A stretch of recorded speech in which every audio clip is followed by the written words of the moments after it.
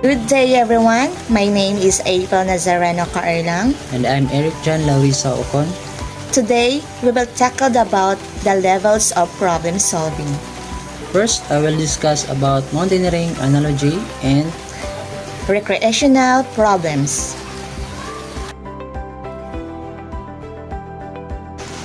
some branches of mathematics have very long histories, with many standard symbols and words. Problem solving is not one of them. We use terms, strategy, tactics, and tools to denote three different levels of problem solving. Since these are not standard definitions, it is important that we understand exactly what they mean. Mountaineering analogy, you are standing at the base of the mountain, hoping to climb the summit. Your first strategy may be to take several small trips to various easier peaks nearby, so as to observe the target mountain from a different angles. From this, you may consider a somewhat more focused strategy, perhaps to try climbing the mountain via a particular ridge. Now, the tactical consideration begin. How to actually achieve the chosen strategy. For example, suppose that strategy suggests climbing the south ridge of the peak, but there are snowfields and rivers in our path. Different tactics are needed to negotiate each of these obstacles. For snowfields, our tactic may be to travel early in the morning, while the snow is hard. For the river, our tactics may be scouting the banks for the safest crossing. Finally, we move on to the most tightly focused level, that of tools. Specific techniques to accomplish specialized tasks. For example, to cross the snowfield, we may set up a particular system of ropes for safety and walk with ice access.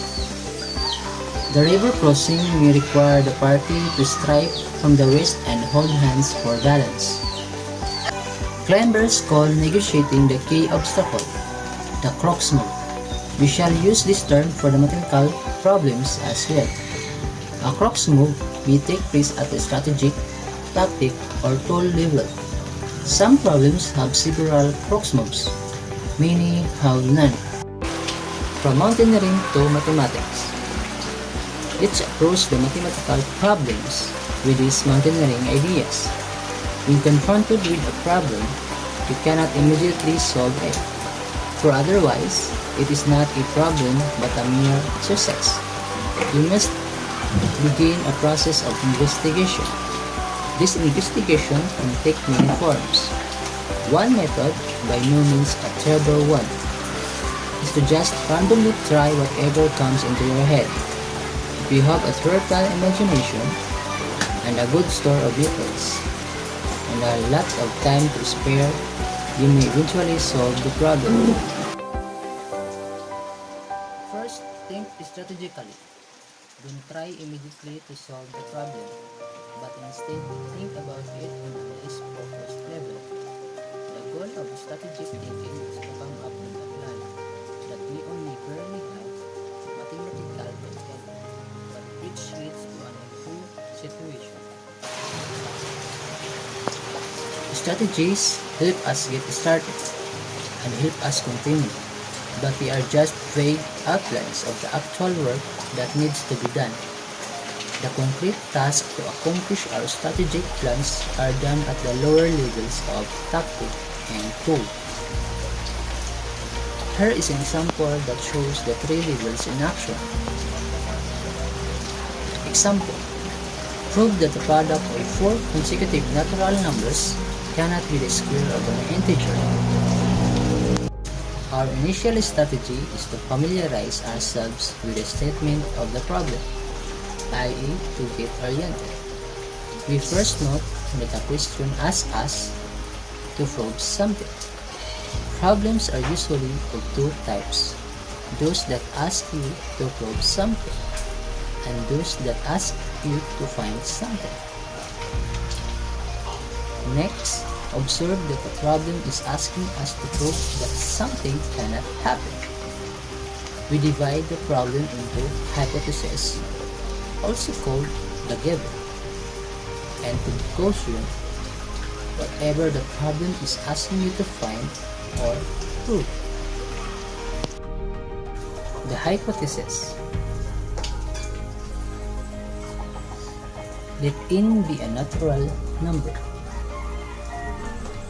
The conclusion is n open parenthesis n plus 1 close parenthesis open parenthesis n plus 2 close parenthesis open parenthesis n plus 3 close parenthesis cannot be the square of an integer. Formulating the hypothesis and conclusion isn't a triviality, since many problems that don't state them precisely. In this case, we had to introduce some notation. Sometimes our choice of notation can be critical. In the conclusion, how do you go about showing that something cannot be a square? This strategy, trying to think about what would immediately lead to the conclusion of our problem, is called looking the penultimate step. We cannot think of any easy criteria for determining when a number cannot be a square. So we try another strategy, one of the best for beginning just about any problem. If we are lucky, we may see a pattern. Let's try a few different values for n. Here's a table. We use the abbreviation f open parenthesis n close parenthesis equals n open parenthesis n plus 1 close parenthesis open parenthesis n plus 2 close parenthesis open parenthesis n plus 3 close parenthesis. Notice anything? The problem involves squares, so we are sensitized to look for squares. Just about everyone notices that the first two values of f open parenthesis n close parenthesis are one less than a perfect square. A quick check verifies that additionally f open parenthesis 3 close parenthesis equals 19 squared minus 1. F open parenthesis 4 close parenthesis equals 29 squared minus 1. F open parenthesis 5 close parenthesis equals 41 squared minus 1. F open parenthesis 10 close parenthesis equals 131 squared minus 1. We confidently conjecture that f open parenthesis n close parenthesis is 1 less than a perfect square for every n. Proving this conjecture is a penultimate step that we were looking for, because a positive integer that is 1 less than a perfect square cannot be a perfect square, since the sequence 1, 4, 9, 16, and so on of perfect squares contains no consecutive integers. The gaps between successive squares get bigger and bigger. Our new strategy is to prove the conjecture.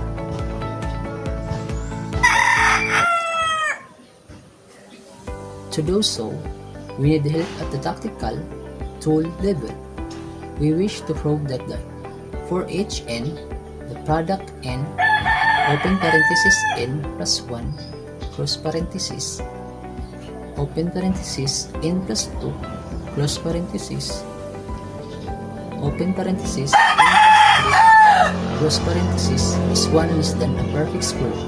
In other words, n open parenthesis, n plus 1 close parenthesis, open parenthesis, n plus 2 close parenthesis, open parenthesis, n plus 3 close parenthesis, plus 1 must be a perfect square. How to show that an algebraic expression is always equal to a perfect square? One tactic: factor the expression. We need to manipulate the expression, always keeping in mind our goal of getting a square. So we focus on putting parts together that are almost the same. Notice that the product of n and n plus 3 is almost the same as the product of n plus 1 and n plus 2, in that their first two terms are both n squared plus 3n. After regrouping, we have set n open parenthesis n plus 3 close parenthesis, set open parenthesis n plus 1 close parenthesis, open parenthesis n plus 2 close parenthesis, plus 1 equals open parenthesis n squared plus 3n close parenthesis, open parenthesis n squared plus 3n plus 2 close parenthesis plus 1.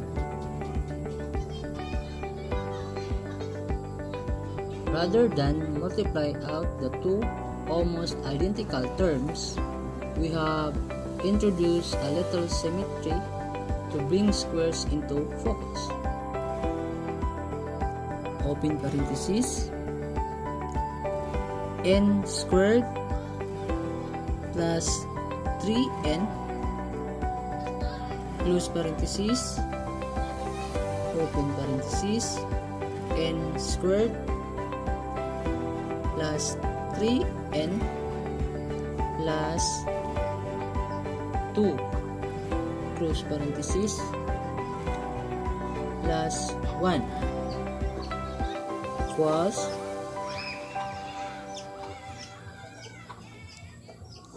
open parenthesis n squared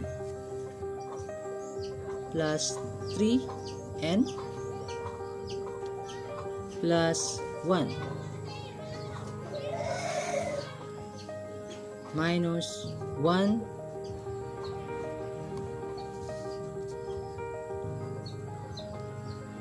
open parenthesis n squared plus 3n plus 1 close parenthesis plus 1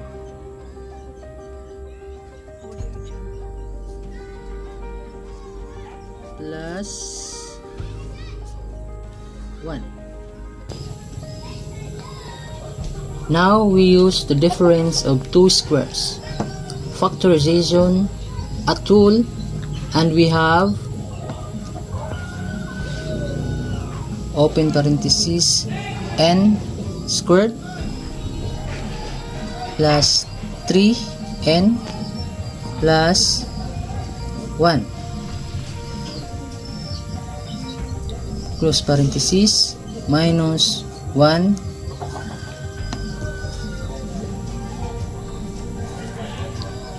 open parenthesis, n squared plus 3n plus 1 close parenthesis plus 1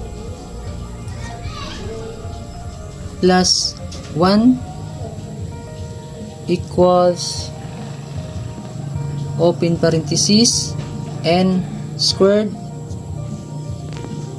plus 3n plus 1 close parenthesis raised to the power of 2 minus 1 plus 1 equals open parenthesis n squared plus 3n plus 1 close parenthesis raised to the power of 2.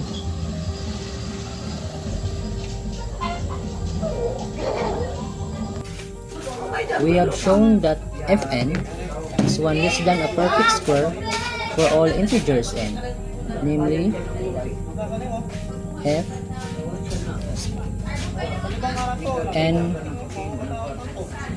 equals open parenthesis n squared plus 3n plus 1 close parenthesis raised to the power of 2 minus 1.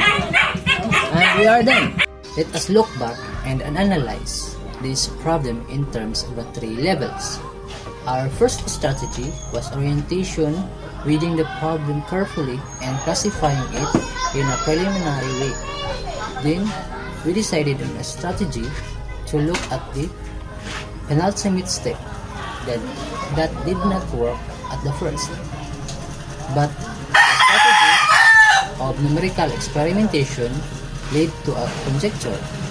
Successfully proving this involved the tactic of factoring coupled with the use of symmetry and the tool of recognizing a common factorization. The most important level was strategy. Getting to the conjecture was the crux move. At this point, the problem metamorphosed into exercise, or even if you did not have a good tactical grasp, we could have modeled through. One fine method is substitution. Let u equals n squared plus 3n in equation 1. Then the right hand side becomes u open parenthesis u plus 2 close parenthesis plus 1 equals u squared plus 2u plus 1 equals open parenthesis u plus 1 close parenthesis raised to the power of 2. Another method is to multiply out. We have n plus 1 close parenthesis open parenthesis n plus 2 close parenthesis open parenthesis n plus 3 close parenthesis plus 1 equal n 4 plus 6 n cube plus 11 n squared plus 6 n plus 1.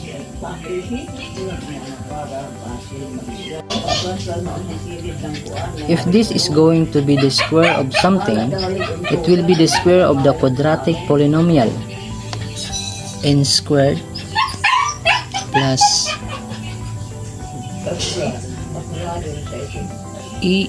en plus 1 or n squared plus en minus 1. Trying the first case, we equate n plus 6 n cube plus 11 n squared plus 6 n plus 1 equal open parenthesis n squared plus en plus 1 close parenthesis raised to the power of 2 equal n raised to the power 4 plus 2 en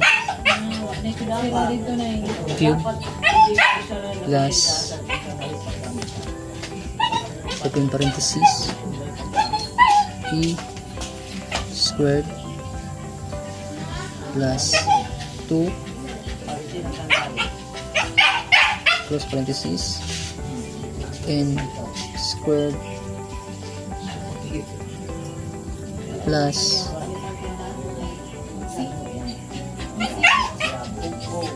2 en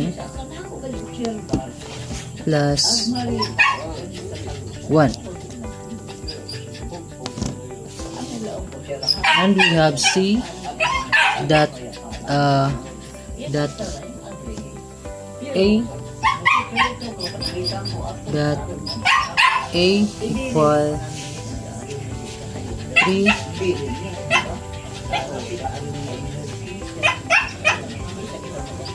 works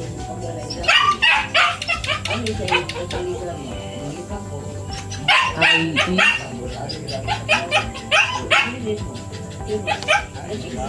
n open parenthesis n plus 1 close parenthesis open parenthesis n plus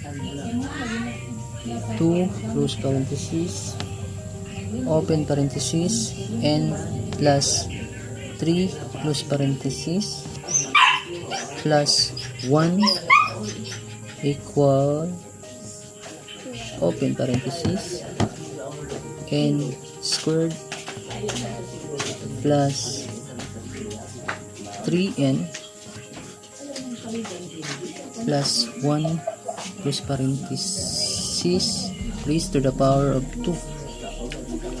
This was a bit less elegant than the first way we solved the problem, but it is a fine method. Indeed, it teaches us a useful tool, the method of undetermined coefficients.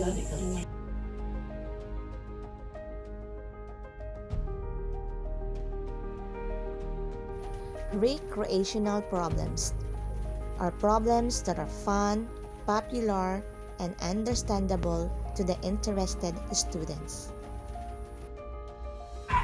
A goldmine of excellent recreational problems is the work of Martin Gardner, who edited the mathematical games Department for Scientific American for many years.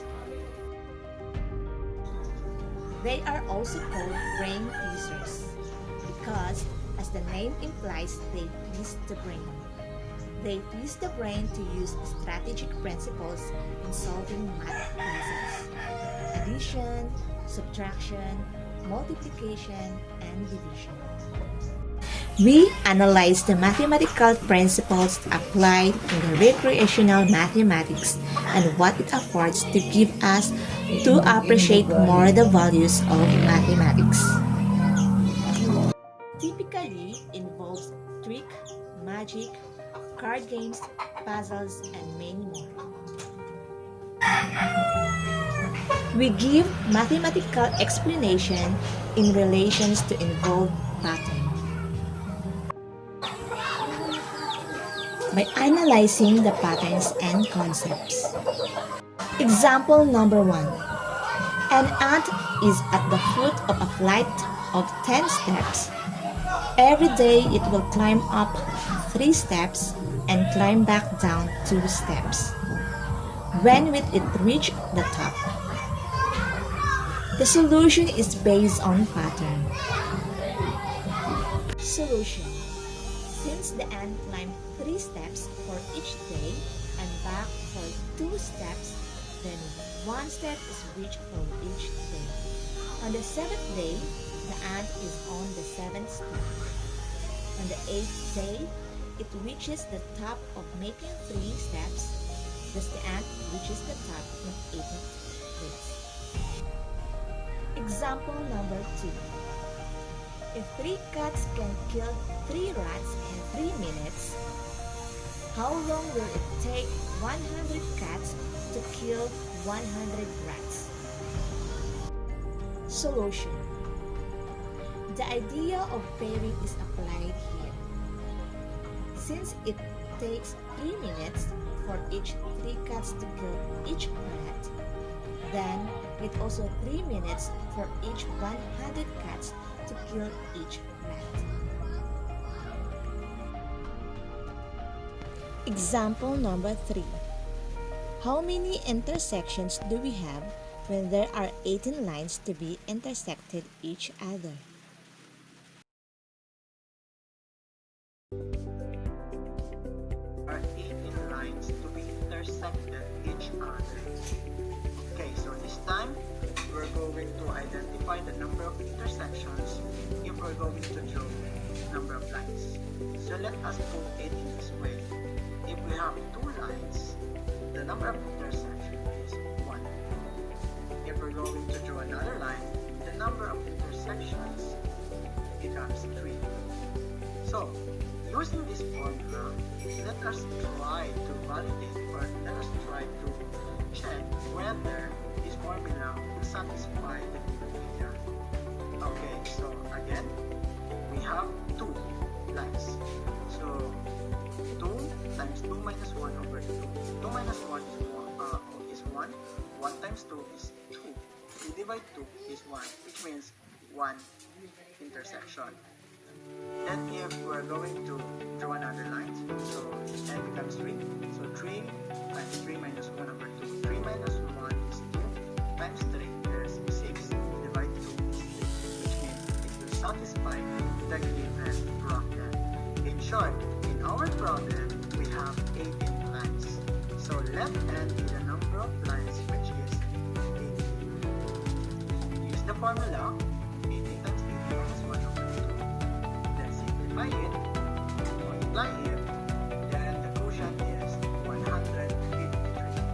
Therefore, if we have 18 lines, the number of intersections between the lines can be solved using n times n minus 1 over 2, which is 153 intersections. That's our thank you.